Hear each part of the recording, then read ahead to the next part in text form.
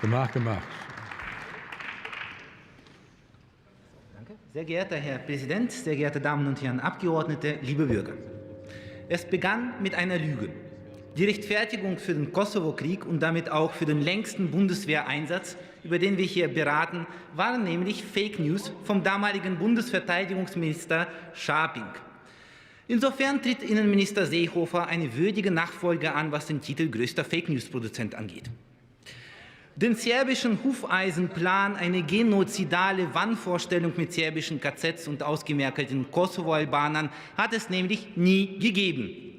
Der Kosovo-Krieg war daher genauso wenig notwendig, wie es heute die grundrechtseinschränkenden und ebenfalls Menschenleben gefährdenden Corona-Zwangsmaßnahmen sind.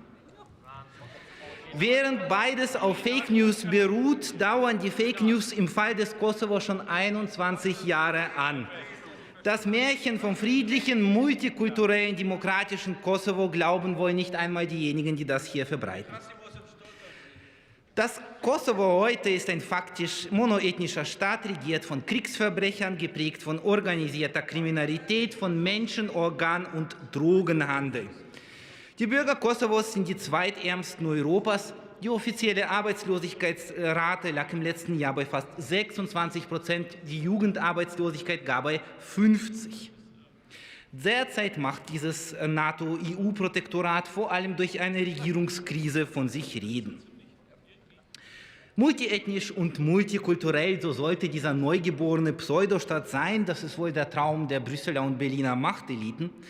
Die Realität sieht so aus, dass seit 1999 rund 150 Kirchen, Klöster, andere Heiligtümer zerstört wurden. Mehr als 10.000 Ikonen wurden geschändet und gestohlen, und die serbisch-orthodoxe Kirche muss in ihrer historischen Heimat um ihre Existenz kämpfen. 21 Jahre nach dem Beginn des Kosovo-Einsatzes hat der deutsche Steuerzahler mehr als 464 Millionen Euro für einen gescheiterten Mafiastaat ausgegeben. Und das ohne die Kosten des Verteidigungsministeriums, die geheim gehalten werden.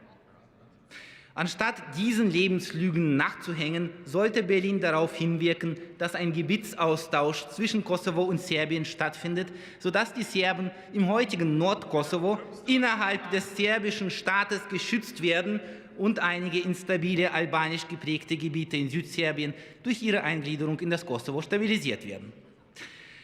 Fake News und Märchen helfen hier nicht weiter. Die Wahrheit ist unseren Bürgern zuzumuten. Deshalb wollen wir diesen Einsatz sofort beenden. Vielen Dank.